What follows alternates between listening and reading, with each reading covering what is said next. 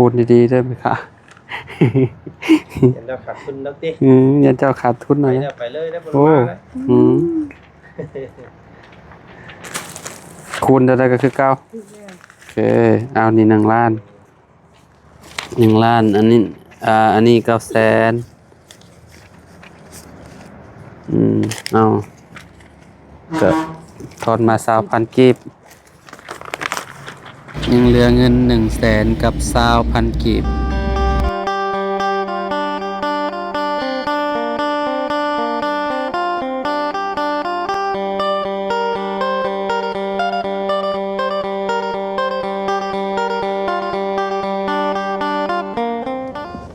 กับสบายดีสวัสดีพ่อแม่พี่น้อง FC เบิดสุขุสุคนเนาะบ่ว่าสิอยู่ในและก็ต่างประเทศพี่น้องมาพบมาพ้อกันเนาะกับเฮาคือเก่าคือเดิมพี่น้องเพิ่มเติมคือมื้อนี้เนาะมาเซโปนอีกแล้วพี่น้องเอ้ยเนาะมาซื้อที่นุ่งที่นอนให้ทางน้องเลี้ยงกับพ่อพี่น้องเอ้ยเนาะพอดีว่าทางอ้ายใหญ่ใจดีเนาะทันเก่าทันเดิมเนาะทางอ้ายตู้อะไรพี่น้องเอ้ยเนาะมื้อนั้นเฮาซื้อแต่ของน้องแม่น้องใจดีพี่น้องกับแม่น้องเต็งจริงเนาะแล้วก็ของน้องเต็งจริงเนาะทางอ้ายเพิ่นก็เลยตัดสินใจซื้อให้ทางน้องเลี้ยงแล้วก็กับพ่อก็คือเมื่อวานนี่แหละพี่น้องที่เฮาไปถ่ายทำให้อ้ายเพิ่นเบิ่งเนาะอยู่บนโรงงานเก่าที่ว่าน้องเลี้ยงกับพ่อไปนอนเผาให้เพิ่นแหละพี่น้องเนาะไปเบิ่งก็โอ้ยสภาพเนาะที่นุ่งที่นอนก็คือแบบที่ฮู้ที่เห็นในคลิปอะไรพี่น้องเนาะทางอ้ายมันก็เลยฝากเงินมาอีกรอบนึงพี่น้องให้เฮามาเป็นสะพานบุญให้อ้ายเพิ่นเนาะแล้วก็มาซื้อที่นุ่งที่นอนให้ทางพ่อน้องเลี้ยงกับน้องเลี้ยงพี่น้องเนาะมากับเบาจันพี่น้องเนาะทางเบาจันพามาคือเก่าคือเดิมพี่น้องเนาะจังได๋ก็เนาะขอบใจเบาจันเพิ่นหลายๆเนาะแล้วก็อ้ายเพิ่นให้ค่าน้ำมันจุ่มเฮาคือเก่าพี่น้องเนาะก็คือฝากเงินมาซ้ำเก่าหั่นแหละเนาะ100กับ60ดอลลาร์พี่น้องเนาะก็ทางง่ายเป็นก็ให้เฮาซื้อที่นอนก็100เนาะ100ในเรทคู่มือนี่ก็ได้อยู่2ล้านกับ100,000พี่น้องเนาะก็ถือว่าเติมนึงอยู่พี่น้องเนาะก็คันว่าเงินที่ที่เหลืออ้ายเพิ่นว่าเอามอบให้ทางน้องเลี้ยงเลยเพิ่นว่าน้องก็บ่ฮู้ว่าสิเบิดเท่าไหร่นะว่าจันเนาะแต่ลงไปเบิ่งนํกันเพราะว่าสิซื้อหมอนกับผ้าห่มพร้อมได้มื้อนี้นั้นแล้วก็สิซื้อให้แม่น้องใจดีพร้อมมุ่งมุ่งเพราะว่าเมื่อก่อนๆน่ะคิดว่ามุ่งเพิ่นยังดีอยู่หั่นน่ะก็เลยบ่ได้ซื้อพี่น้องเนาะเมื่อวานนี่เห็นในคลิปไปเด้มุ่งขาดมุ่งมันขาดโยงก็สิกัดอยู่พี่น้องเอ้ยโยงหลายจำยามนี่เนาะมันฮ้อนเนาะเอาก่อนเดินก็ขอบคุณเนาะทางไอตูเนาะพร้อมด้วยครอบครัวหลายๆเด้อที่ให้น้องเป็นสะพานบุญให้เนาะก็ขอให้อ้ายกับครอบครัวอยู่ดีมีแฮงขอให้ร่ำให้รวยบ่ให้สวยจักเทื่อเนาะที่ซอยคนทุกข์คนยากมาก็ขอให้เจริญเด้ออ้ายเด้อเนาะเอาบัดนี้เดี๋ยวลงไปเบิ่งไปชมกันพุ่นแหละบ่อนเก่าบ่อนเดิมเนาะว่าจันเนาะก่อนสิลงก็มอบค่าน้ำมันให้ว่าจันเพิ่นก่อนพี่น้องเอ้ยเนาะคือเก่าคือเดิมว่าจันเด้อเนาะทางอ้ายเพิ่นก็โอ้ยฝากขอบใจว่าจันเพิ่นเด้อว่าที่พามาว่าซานพี่น้องเอ้ยเนาะรอบนี้ก็สิให้ว่าจัน600,000ไปเลยเนาะให้ซอยๆกันพี่น้องเติมน้ำมันเพราะว่าช่วงนี้ก็น้ำมันค่อนข้างสิแพงพี่น้องแพงแฮงนี่เนาะอยู่บ้านเฮาเนาะทำไปลิตรนึงเท่าใดฮะสิถือกว่าอยู่แต่ว่ามันข้ามยากเห็นว่าเสี่ยงไปมื้อนี้ก็ว่าสิข้ามไปเติมน้ำมันก็บ่ได้ว่าซั่นโอ้บ่ผ่านบ่นั่นแหละจังว่าเพิ่น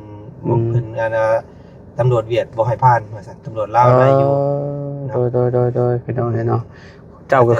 เคยข้ามอยู่แล้วว่าเจ้าเทื่อนึงน่ะเจ้าน่ะกับเขาน้องเลี้ยงน้องนั่นก็น่าสิได้อยู่แล้วว่าคะแนนว่าเจ้ามันแล้วแต่ลมเพิ่นนะเนาะกาศมันร้อนเพิ่นอารมณ์บ่ดีจ้ะคันว่าเจ้าเมื่อเจ้าก็สิไปเติมพุ่นบ่ก็ว่านี่แหละพี่น้องเอ้ยสิเติมอยู่บ้านเฮานี่แหละเนาะโดยยามันแลมันไปพุ่นก็มันยากเนาะยันบ่เพิ่นบ่ให้พุ่นไปพันโดยคือระเบียบเพิ่นก็หลายคือกันทั้งนั้นก็ได้เนาะโอเคเดี๋ยวมอบเงินให้บ่าวจันเพิ่นก่อนสบายดีเทื่อนึงเด้อสบายดีโดยพี่น้องมาอันเชโปนพี่น้องเนาะมาเฮ็ดภารกิจคือเก่ามากับบ่าวจันพี่น้องเนาะฮ้อนซ้ำเนาะแม่นฮ้อนเที่ยงโอ้แดดว่าพี่น้องเนาะลงจากรถนี่ฮู้พ้นแล้วได้ขอเนาะฮ้อนได้ดิพี่น้องเนาะฮ้อนหนาวๆพี่น้องเนาะ ทางอ้ายเพิ่นก็ให้บ่จันซาวดอนพี่น้องแต่เฮาก็สิให้บ่จันเพิ่น600,000ไปเลยเนาะ โอ้ย อ่ะบ่จัน ขอบคุณขอบใจเด้อเด้อ ตั้ง ขอบใจหลายๆยินดี ไอ้ตู้ เป็นสะพานบุญ พี่น้องเอ้ยเนาะ เนาะซอยกันและอาจารย์เพิ่นก็ โดย บ่มีรถพี่ แม่น ช่วยกันยินดีเด้อเนาะเอาความขอบใจอ้ายหลายๆเนาะให้อยู่ดีมีแฮง โดย เป็นท่านทิศท่านแก้วเด้ โด อย ท่านไปแล้วไหลขึ้นคือเก่าเด้ออ้ายเด้อท่านมื้อเช้าให้ไหลเข้ามื้อแรงเนาะสา โด ธุเด้อย เนาะขอบใจหลายๆเนาะ เด้อ ไปบัดนี้ลุยแล้วบัดนี้ มาลงหันเก่าบ่ หันเก่าเฮาแล้วไป พี่น้องเอ้ยเนาะ ไปเบิ่งนำกันพี่น้องเอ้ยโดยไปพี่น้องเอ้ยเนาะโอ้ปาดโธ่คนละเรื่องเลยเด้ อยู่ในรถแต่เย็นจ่วย พี่น้องเอ้ยโอ้ยฮ้อนแล้วคือสิว่าโอ้เราว่ามื้อเฮาบ้ามื้อจังมื้อก็ฮะมื้อเฮามามื้อเฮามามื้อวันหยังน่ะเฮามามื้อก่อนท่านเนาะพี่น้องเอ้ย เราถึงมาหรือว่าเนาะ มาแล้วบ่กับบ่มีห้านเหล้าก็แถวนี้น่าสิมีแล้ววะ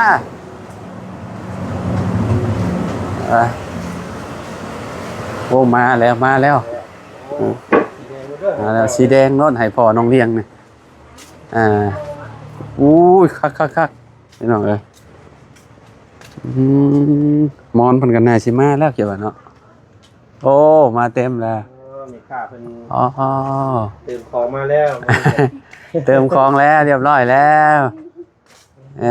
พี่น้องเอ้ย กำลังกินข้าวอยู่บ่จักอันนี้ บ่นั่งเล่นซื่อ โดยสบายดีเด้อแม่ค้า ๆสบายดี โดยพี่น้องเอ้ยเนาะ เอามาเช้านี้เลย มาวันเช้านี้เลยบ่นี่ แม่น โอ้คักอันนี้นอนได้2คนแม่นบ่ สอง ผู้เดียวมีบ่ ผู้เดียวก็อัน พ่อน้องเลี้ยงผู้เดียว โอ้น่าสิมีแต่แบบเดียวนี่แหละแต่เบิ่งเนาะ ก็ได้แล้ว อืม ตัวใดป่ะจ๊ะ นี่แหละผู้เดียว อันนี้ผู้เดียว แม่นเอาสีนี่รถนี่แม่นยูรถให้เรา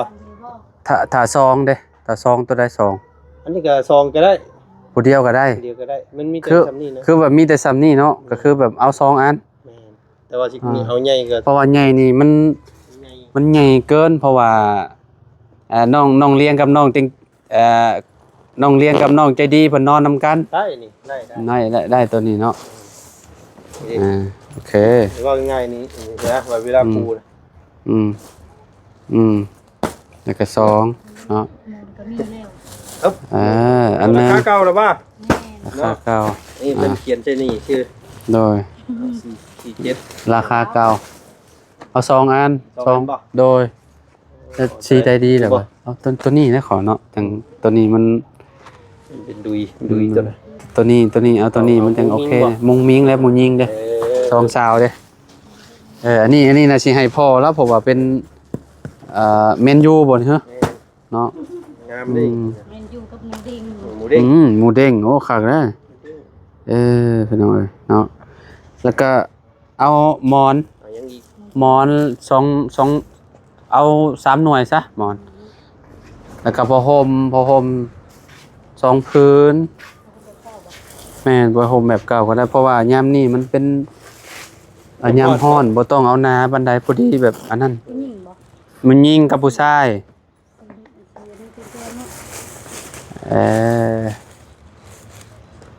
แต่ก็มุ่งนำดังนึง มึงเอา6 ฟุตเนาะ อันนอน3คน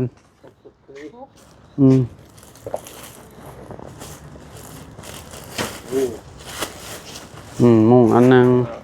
6 ฟุต เอามุ่งไปเผื่อ3พื้นก็ได้บ่าวอาจารย์เพราะว่าอันพอน้องเลี้ยงแล้วก็น้องเลี้ยงเด้แล้วก็อันนี้เอาให้แม่น้องใจดีตัวนี้ถามมันไปเลยเนาะเพื่อเพราะว่าอันนี้เอาประมาณ2อันตุ้ม2คนได้หรอวะได้บ่2คน ได้แต่ผู้หญิงคนโสดเลยเอาเนี่ยละอันเลย บ่คะแนนว่าคะแนนตุ้มคน2คนบ่ได้ก็เอา3พื้นก็ได้โอเคหมอนก็ได้ไปที่เรียบร้อยแล้วเนาะ3พื้นเนาะ ช่วยด้วย อ่า ช่วยด้วย3บ่แม่น 3มุ่ง โมง 3 3 ค่าเพิ่น แล้วก็หมอน3มีแต่คิดเงินโลดบาทเออ เนาะ เหมือนนะ เจ้าบ่ได้มีลูกน้องบ่ โอ้ยลูกน้องตัวนี้คือหายได้ดี ฮะ ตลาดสิโปนไม่ได้เอาลูกน้องดอก เออ วิดีโอกันยัง เอาสิมาเป็นนี่นะสิมาเป็นลูกน้องอ่ะบ่ได้ อืม บ่ได้เงินซื้อน้ำมัน อืม พอบอก พ่อเนาะเบิ่งก่อนหน่อยหนึงพี่น้องเอ้ยพี่น้องเอ้ยเนาะมีแต่สิจ่ายเงินทางเจ้าของห้านเพิ่นบาดนี้เนาะ ท่าน่ะ ว่าบ่าวจันเพิ่นเป็นอันมือกองก่อน ท่าน่ะราคาเก้าบ่ได้เลย ฮะ ขึ้น10,000 ฮะ ผ้าห่มมาเชน5บ่ได้แล้ว วัน ครับขึ้น10,000เพราะว่าเขามาส่งให้ราคาเก่าบ่ ได้โดย ไม่ค่าว่าอันของแพงพี่น้องเอ้ยของแพงแฮงช่วงนี้เนาะ เดี๋ยวเราใจดีกับรถให้กัน อืมของแพงเลยของมา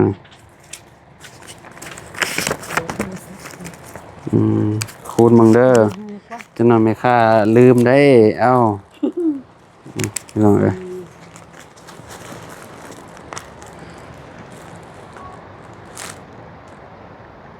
เงียบมาแต่ละเทื่อก็เงียบคือเก่าพี่น้องเอ้ย เช่าเดือนเท่าไรใน เช ค่าน บ่ได้เช่า เอาเป็นที่ตัวเองบ่ อืม อ๋อแสดงว่าเจ้าเป็นเจ้าของที่เบิ้นนี่เลย อืม โอ้เจ้าของตลาดฮะ อันเบิดเนี่ยบ่ได้เช่าทุกห้างบ่ได้เช่าเลย เอ้าแบบได้ ตังไผตังลาวเลย เออ แต่ว่าดินรัด โอเคจะเข้าใจแล้ว เดี๋ยวเจ้ามาหมายเอาอยู่นี่เนาะ แม่น อืม ของเราโอ้ถึงสันเนาะ เนาะแบบเฮาบ่ต้องเสียรายปีหรือว่ารายเดือนน่ะนะพี่น้องเอ้ยเนาะคัก ของรัฐ หึมี 3แบบ เสื้อ เสือ2 สอง มุ่ง3 โมง3 ผ้า ป่า 3หมอน3 3ราคานี่ลงลืมเด้เนาะ ลืมไหม อ๋อพี่น้องเอ้ย แต่สิเอาเบิดห้านเนาะ อืม เบิดห้านนี้ยันไม่ค่าจดเบิดมือแล้วนี่ แม่นอะไร สาดน้ำมันนี่ก็เท่าไรนี่ แค่พันมันก็เกิน เอาไว้ไปปูพื้นแบบนี้เนาะพื้นอันนี้โอเคพี่น้องเลยยาวเท่าไรนี่ 30 เมตรเลย 30 เมตรแบบว่าเขาสามารถแบบอันนั้นได้บ่แบบหรือว่าคลายเป็นก้อแบบนี้เลย นี่ตะกู อ๋อเชื่อน้ำมันน่ะมีแต่เอาไปปูพื้นแบบนี้แล้วก็พื้นเฮือนอันไม้คักอยู่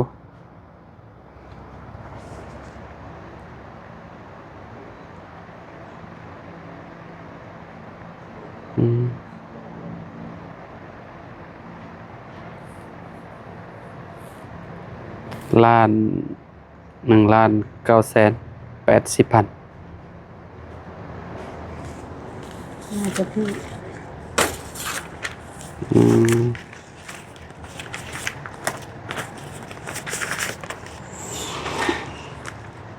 คูณดีๆได้ไหมคะ เห็นแล้วขาดทุนนักติ ยันเจ้าขาดทุนห ไป น่อย แล้วไปเลยได้บ่ โอ้ มาแล้ว คูณได้ก็คือเก้า คือแล้ว โอเคเอานี่1,000,000อันนี้อันนี้900,000เอาก็ทอนมา20,000กีบ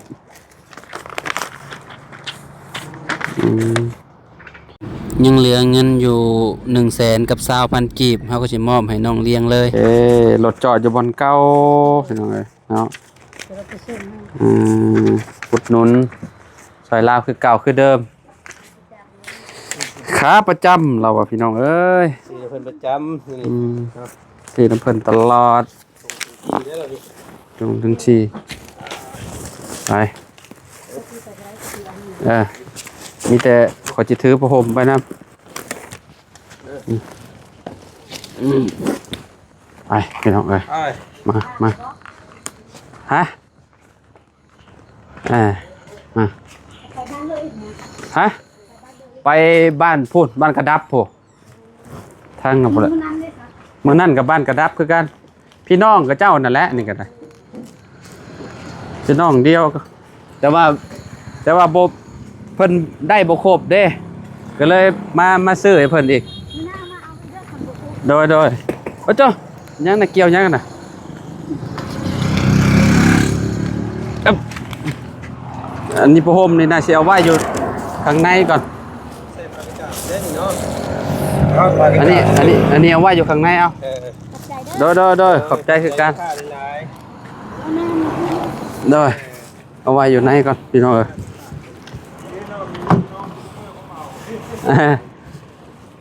มาเอากดให้ได้ว่าอาจารย์โอเคเอานี่ไว้อยู่ข้างในก่อนมันแดดมันอันนั้น ๆไอแดนบัดเอาพากระจาดขึ้นก่อนจะ โดย เฮ็ดใหม่ โดยเอามุ้งได้ปะ ได้ละ ได้เนาะโอเค จัดก่อนเอาแดงไหม